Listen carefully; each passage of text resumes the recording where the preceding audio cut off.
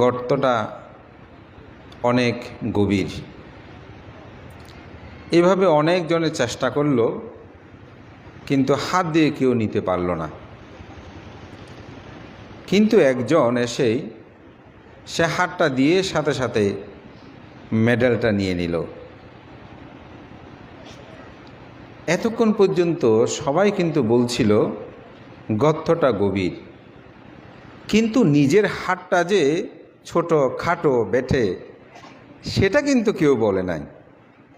সবাই বলেছে কি গর্তটা গভীর।